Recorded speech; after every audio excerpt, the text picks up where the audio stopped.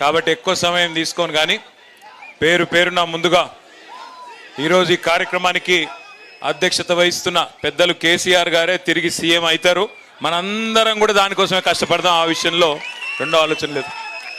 పెద్దలు గౌరవనీయులు ఈరోజు సూర్యాపేట మా అన్నదమ్ముళ్ళు మా ఆడబిడ్డలందరూ కూడా విచ్చేసిన ఈ కార్యక్రమానికి అధ్యక్షత వహిస్తున్న సూర్యాపేట జిల్లా బీఆర్ఎస్ పార్టీ అధ్యక్షులు రాజ్యసభ మాజీ సభ్యులు సోదరులు గౌరవనీయులు బడుగుల లింగయ్య యాదవ్ గారికి, అసెంబ్లీలో స్పీకర్ గారు రేవంత్ రెడ్డి గారు పగబట్టి పట్టుబట్టి సస్పెండ్ చేసినా నేను ప్రజల మధ్యలోనే ఉంటా, సూర్యాపేట ప్రజల తరపునే కొట్లాడతా అంటూ ఇవాళ ఉమ్మడి నల్గొండ జిల్లాను తన పోరాట పటిమతో ప్రతిపక్షంలో కూడా అక్కడ ఉన్న 2 మంత్రులకు మొత్తం ఈ జిల్లాలో ఉండే 11 మంది కాంగ్రెస్ శాసనసభ్యుల వెన్నులో వణుకు పుట్టిస్తున్న మా అన్న గౌరవనీయులు మాజీ మంత్రివర్యులు పెద్దలు మాన్యులు శ్రీ గుంతకండ్ల జగదీశ్వర్ రెడ్డి గారికి, గౌరవనీయులైన మాజీ శాసనసభ్యులు సోదరులు కోదాడలో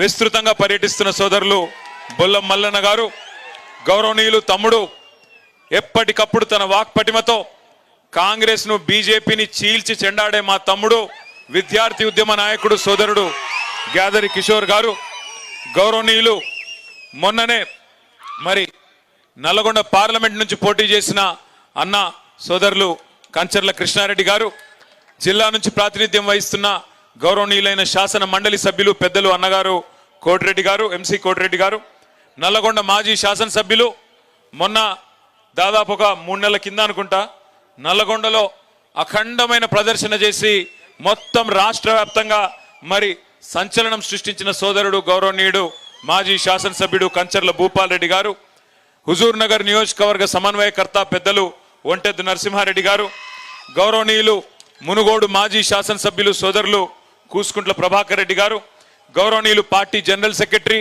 సూర్యాపేట వాసి, అదేవిధంగా సార్కు మొదటి నుంచి కేసీఆర్ గారికి అండగా ఉన్న మిత్రులు అన్న మాజీ కార్పొరేషన్ అధ్యక్షులు సోమా భరత్ గారు, అదేవిధంగా గౌరవనీయులు మిర్యాలగూడ మాజీ శాసనసభ్యులు పెద్దలు మల్లమోతు భాస్కర్ రావు గారు, అన్న డాక్టర్ చెరుకు సుధాకర్ గౌడ్ గారు, సోదరి జిల్లా పరిషత్ మాజీ చైర్మన్ సూర్యాపేట దీపికా యుగంధర్ గారు, అదేవిధంగా సూర్యాపేట మాజీ మున్సిపల్ చైర్పర్సన్ గౌరవనీయులు సోదరి శ్రీమతి అన్నపూర్ణమ్మ గారు, అదేవిధంగా సోదరులు మాజీ శాసనసభ్యులు భిక్షమయ్య గౌడ్ గారు, నోముల భగత్ గారు, తిప్పన విజయసింహారెడ్డి గారు, నల్లగొండ జిల్లా బీఆర్ఎస్ పార్టీ అధ్యక్షులు పెద్దలు దేవరకొండ మాజీ శాసనసభ్యులు అన్న రవీంద్ర కుమార్ గారు, గౌరవనీయులు చింతల వెంకటేశ్వర్ రెడ్డి గారు, అదేవిధంగా ఎలిమినేటి సందీప్ రెడ్డి గారు, గౌరవనీయులు భువనగిరి జిల్లా పరిషత్ మాజీ అధ్యక్షులు పెద్దలు జిల్లా గ్రంథాలయ సంస్థ మాజీ అధ్యక్షులు వైవి గారు, ఇంకా వేదికపై ఆసీనులైన బాలరాజ్ యాదవ్ గారు, మార్పెద్ది శ్రీనివాస్ గౌడ్ గారు, రాజీవ్ సాగర్ గారు, వేదికపైన ఉన్న మా శ్రీదేవక్క గారు, తర్వాత కిషోర్ గారు, ఇంకా పేరు పేరున ఉపేంద్రన్న గారు, రామచంద్రు నాయక్ గారు, మా తమ్ముడు బాలు, వెంకటనారాయణ గౌడ్ గారు, ప్రకాష్ గారు, ఇంకా పేరు పేరున ఎవరో పేర్లు చెప్పలేదో వాళ్ళ మనసులోనే తిట్టుకోండి, దయచేసి బయట తిట్టకండి. పేరు పేరున అందరికీ, వేదిక మీద ఉన్న మహా నాయకులందరికీ, వేదిక ముందుండి మరి రక్తం పంచుకొని పుట్టకపోయినా నా తోబుట్టువుల కంటే ఎక్కువైన మా అన్నదమ్ములకు ఆడబిడ్డలకు పార్టీ కోసం రక్తం దారపోస్తున్న మా ఆడబిడ్డలకు అన్నదమ్ములందరికీ పేరు పేరున హృదయపూర్వకంగా నమస్కారం. పత్రికా మిత్రులకు కూడా ప్రత్యేకంగా నమస్కారం.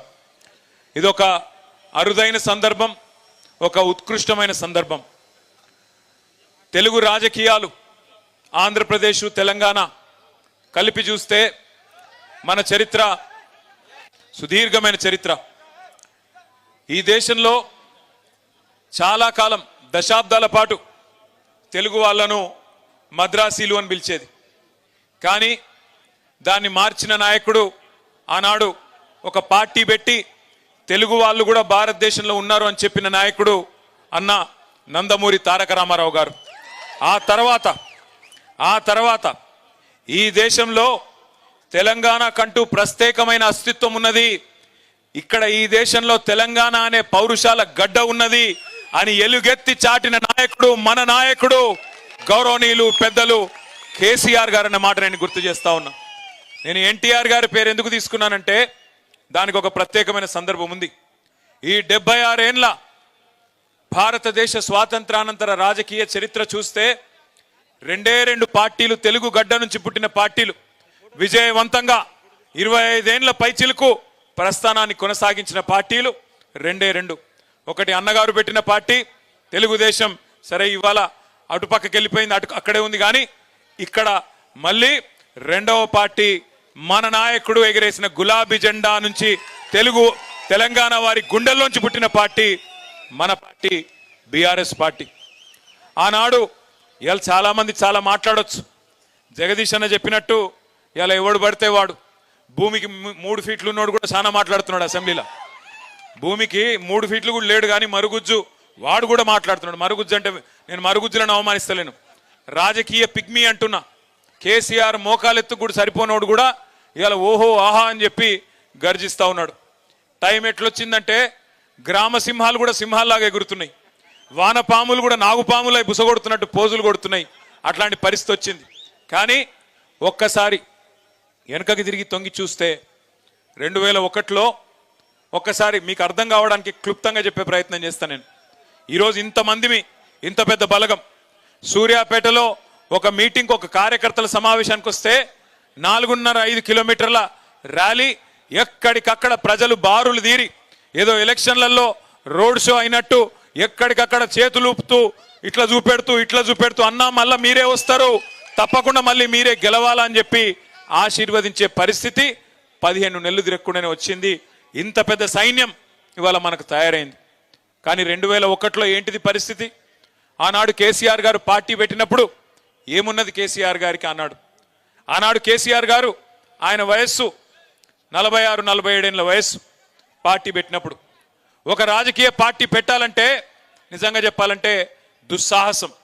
అప్పటికే 100 సంవత్సరాల చరిత్ర కలిగిన కాంగ్రెస్ పార్టీ ఒకవైపు, మరొక వైపు భారతదేశాన్ని ఆనాడు నడుపుతున్నది ఎన్డీఏ ప్రభుత్వం, భారతీయ జనతా పార్టీ ప్రభుత్వం. వాళ్ళు ఒకవైపు ఉన్నారు, బీజేపీ పార్టీ ఒకవైపు. మూడో వైపు అదే ఎన్డీఏకు కన్వీనర్గా ఉంటూ, ఉమ్మడి ఆంధ్రప్రదేశ్కు ముఖ్యమంత్రిగా ఉంటూ, ఢిల్లీలో చక్రం తిప్పుతూ మొత్తం భవిష్యత్తు నాదే, 2020 విజన్ అంటూ ఆనాడు 20 ఏళ్ళు నాదే అంటూ గర్జిస్తున్న చంద్రబాబు ఇంకొక వైపు. ఆ పరిస్థితుల్లో ఒక నాయకుడు, ఆయనేం సినిమా యాక్టర్ కాదు, ఆయనేమి మొత్తం 10 తెలంగాణ జిల్లాల్లో ఆనాటికి పాపులర్ నాయకుడు కాదు. ఒక మంత్రిగా తెలుసు, ఒక రాజకీయ పార్టీ నాయకుడిగా తెలుసు తప్ప ఆనాడు ఒక సినిమా యాక్టర్ కాదు, లేదా ఒక అప్పటికే విస్తృతమైన ప్రజాదరణ కలిగిన నాయకుడు కాదు.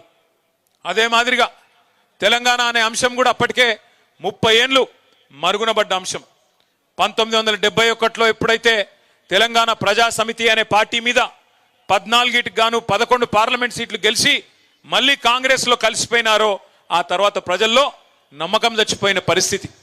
తెలంగాణ సమాజమే మళ్ళీ తెలంగాణ వస్తుంది అంటే ఒక నమ్మకం లేని పరిస్థితుల్లో 2001లో గులాబీ జెండా ఎగిరేసి ఒక్కడుగా బయలుదేరి శూన్యం నుంచి సునామీ సృష్టించి తెలంగాణ సాధించిన మహానాయకుడు కేసీఆర్.